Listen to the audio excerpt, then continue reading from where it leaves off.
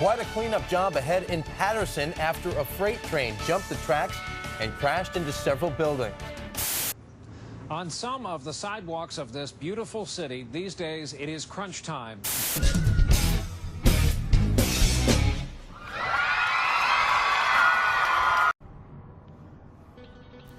This is America before 2008. Looks pretty normal, right? Well, think again.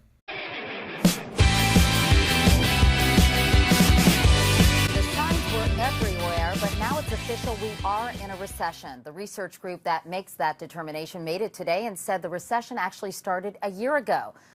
Yet now, even in 2018, we are beginning to see the early onset signs of another recession happening, but not due to home loans this time, rather college loans and students not being able to pay them back.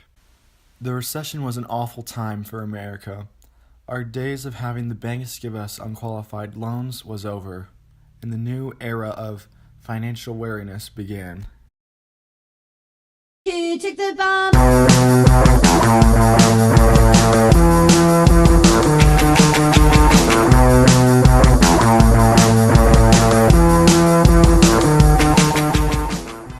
Over the course of one decade, college has risen from already an impressive 18% of a family's income to an astounding 25% today.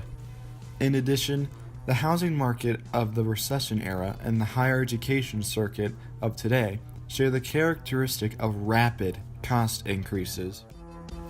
You see, the big banks have this tendency to give out money to those who are in no way qualified to receive them.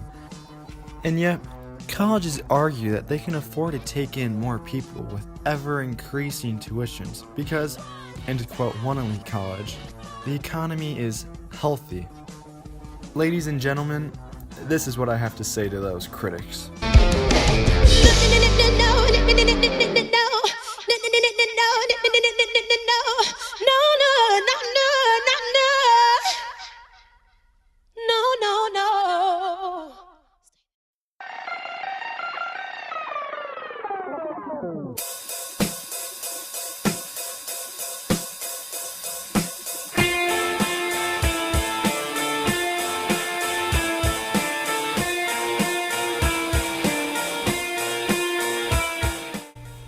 According to the Institute for College Access and Success, in 2012, 71% of all students graduating from four-year colleges had student loan debt.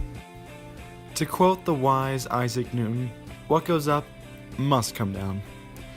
And even financial problems such as a college loan bubble must follow this Newton law. A college loan bubble, in this accord, would mean that by continuously borrowing money from banks or the federal government, let's say, colleges are setting themselves up to be popped when people can no longer pay back their college loans. Some may say, however, that college diplomas can't be foreclosed on or taken back from the bank or the government. Well, that might be true, but you have to look out towards the rest of the sectors of the economy. Without any education on the indications of what comes with a college loan, students have been left in the dark on how to prevent a possible recession occurring from their habit of borrowing. Luckily, colleges have finally realized that it will start with them on solving the problem of a possible college loan bubble. Amigas, colas. Vámonos.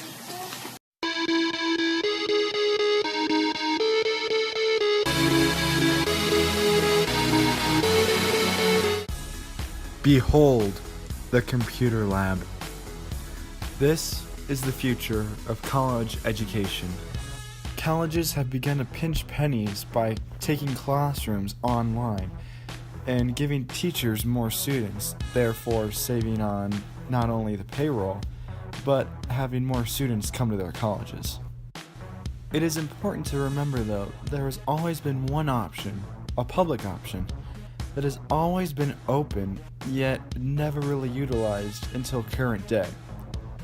That is community college. I'm still here.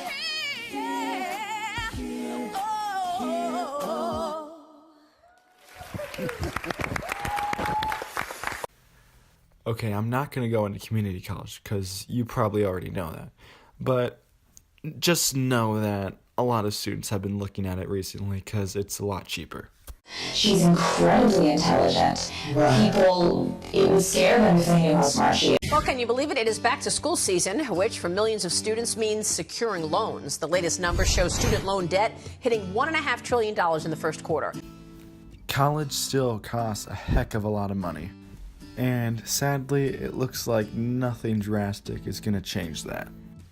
It's important, though, to remember that there are options out there and that you're not limited to just taking out a loan just because you're missing money for college. Students may only represent a fraction of the general population, but it's important to remember that this is the future generation of our country, and to leave it in the wrong hands with a burden of debt is a crime against humanity.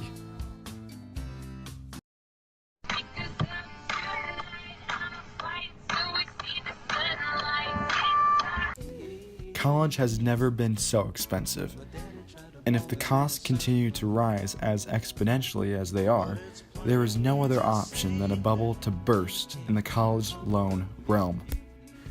Right now, we stand at a crossroads. Before us is another generation without financial turmoil. To the right of us is a recession caused by constant borrowing and an unsuspected college loan bubble. We, as an education system, can only benefit from teaching ourselves and the next generations to come about what happens when we borrow and the culture behind it. By connecting the past, such as the recession, and today's problems, such as the college loan bubble, we can clearly see that there are some characteristics that are happening once again in our world. In addition, the current loan climate is something to be ashamed of, but we can fix it. We've landed on the moon, and I think we can just about do anything. America is unique compared to any other country on Earth. We have the opportunity to have a dialogue on issues that we care about.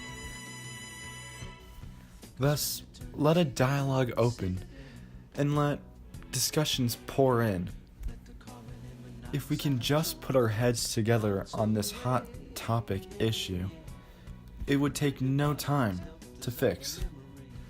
If I can recall quite clearly, I think I can remember the wise philosopher aptly named Cameron Diaz, who once said, "If America were to come together in a time of need and solve the college loan bubble, it would take no more than 60 seconds to solve this problem." I'm not sure about you, but I think I'm gonna listen to Cameron Diaz on this one. Well, thank you for listening and watching, folks, and make sure to hit that subscribe button. Thank you, and this has been SlimLangley, returning to his throne.